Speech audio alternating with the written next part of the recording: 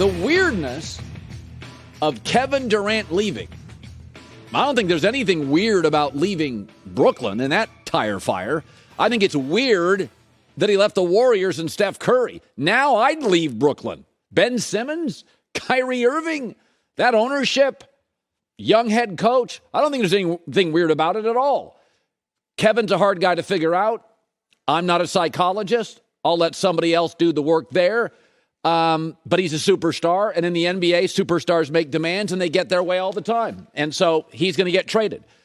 Of course, we all know the best place to go. I mean, in terms of the best team where you'd win the most games, it's Golden State, the champs. They won before him, they won with him, they won after him. That's the best place to go. They have the most assets easily. They could make a deal this morning. James Wiseman, Andrew Wiggins, Jordan Poole, guard, wing, big. And the Nets would be off and running and fun to watch. They could rebuild their team one way, one deal. That's it. Phoenix and Miami can't make that deal.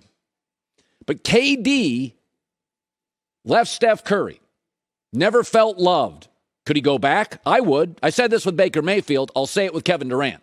Winning solves virtually everything. Winning in sports is like money to a lot of people. If I told you your commute was going to be 2 times longer, but you could make 3 times as much, most of you would suck it up and do it. You win in sports, Baker Mayfield going back to Cleveland or Kevin Durant going back to Golden State. The laughs are longer. The snide comments go away. It's more fun. There's a lot of plane trips. It's a lot more fun with trophies in your hand making those plane flights. Kevin's looking for the perfect place to land. It doesn't exist. Oh, wait, it does. Golden State, owner, GM. He was there before. Familiarity, winning, culture, Steph Curry. It's the perfect spot. But I don't think he'd go because he's prickly and he's sensitive and he'd get pushback. All public figures get pushback. It's called social media. But Kevin's more sensitive to it. Would Golden State take him? Well, Marcus Thompson, the person I trust most covering the Warriors, says Golden State has contacted Draymond Green, Steph Curry, and Klay Thompson. They are in the loop, and they've been told KD's a possibility. I would do it if it was a steal. Wiseman for Wiggins, Wiseman, Wiggins for KD. I would do it tomorrow. But KD's a lot of work. KD is older now. He's had a few more injuries now. I'm not selling the farm to get KD. I'm not a desperate franchise. In fact, and everybody knows this, Kevin Durant needs Golden State far more than Golden State needs Kevin Durant, and he knows it, and I don't think he likes that. This is the place to go, right? Like they won before you, they won with you, they won after you. You're an enhancer. They're not building around you. I don't know if he can handle it, but it's the place to go. Kevin Durant to Golden State, the odds in Vegas would dramatically change tomorrow as probably the biggest favorite since he last got there, or Kobe Shaq. He goes to Miami, he goes to Phoenix. I'm not sure they're favorites. They're better. I'm not sure they're favorites. But I don't think he's got the stomach for it.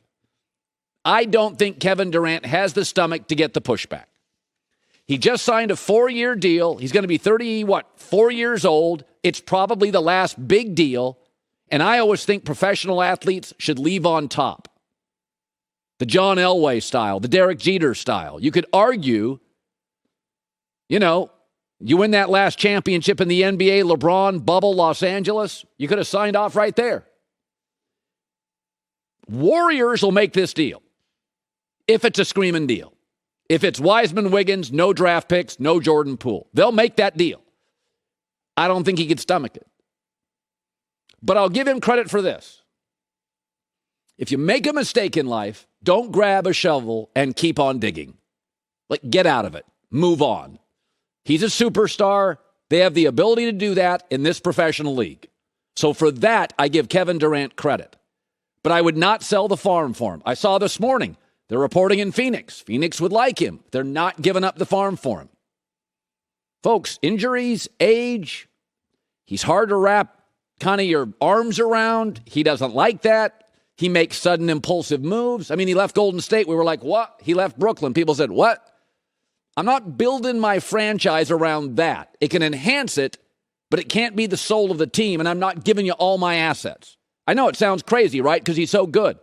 But Phoenix today won't, Golden State won't, and I don't think Pat Riley and Miami would. LeBron James reportedly wants the Lakers to add Kyrie Irving. Kyrie is in Los Angeles, and I wouldn't be shocked if he and LeBron have connected. LeBron reportedly is very interested in having him on the team. So let's start with this. For even the best basketball players in the world in my life, winning championships is really hard. It was hard for Jerry West. Karl Malone never won a ring. Either did Stockton or Charles Barkley. It was hard for Wilt. Michael Jordan took a physical beating, retired twice. Magic retired early. Bird retired early. He fell apart physically, did Larry. It's hard. D. Wade, he needed multiple stars to help him. LeBron, Bosh, Shaq. I believe LeBron is out of the title business. I don't think the Lakers, from the executive space to the ownership space to the roster space currently, I don't think they have championship material, even with Kyrie Irving. They don't. But he makes them interesting and relevant. And LeBron, I think, is a smart enough player that he knows that even with Kyrie and AD, can you trust either physically? Can you trust Kyrie emotionally? Can LeBron trust his body? He's averaging 55 games a year the last 3 years. I don't think it's a championship team. But LeBron at this point wants to remain relevant. Chasing Kareem's scoring title, that's relevant. Potentially playing with his son, that's relevant. Making the playoffs the next 3 years, that's relevant. You can't get there. LeBron's got plenty of great basketball left. You can't get there with Westbrook. And I'll give you an example. So LeBron is one of the great passers, maybe second to Magic Johnson I've ever seen at driving and distributing. Those great passes, Westbrook misses that shot. Kyrie hits it. It's great statistically for you. Kyrie and LeBron are fun to watch and will be discussed.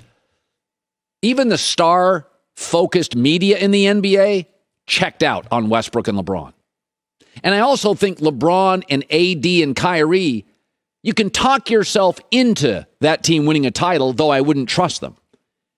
Nobody really in the building, including Darvin Ham, the new coach, thinks AD, LeBron, and Westbrook is a championship team. Literally, Westbrook can't play off the ball and can't shoot, has no self-awareness, does not defend, and won't listen. You're not going anywhere with Westbrook. I don't think the Lakers are in the championship window anymore. But I do think with Kyrie Irving, they're in the playoff business again, and they're in the relevant business again. And when you have a brand as big as Duke or Notre Dame or the Yankees or the Braves or Ohio State football, Kentucky basketball, or the Lakers, you can't not make the tournament. You got to be relevant. It's embarrassing. You have so many geographical, so many historic, so many, in the Lakers case, Mediterranean weather advantages. You got to make the playoffs. You got to be in the discussion in May and June. And so I think Kyrie, with all the issues, is a, no doubt about it, slam dunk move. I think LeBron wants it. I think Kyrie wants it. And once again, an athlete, a pro athlete, I know you watch cable news. Nobody wants to live in Los Angeles. But I think once again, it's a pro athlete that has a choice, and they're interested in Los Angeles, even when the team isn't right. Hi, everybody. Thanks for watching. Subscribe here to get the latest from the show. Also, be sure to check out more of the best clips from The Herd or go watch a few segments from other shows on FS1.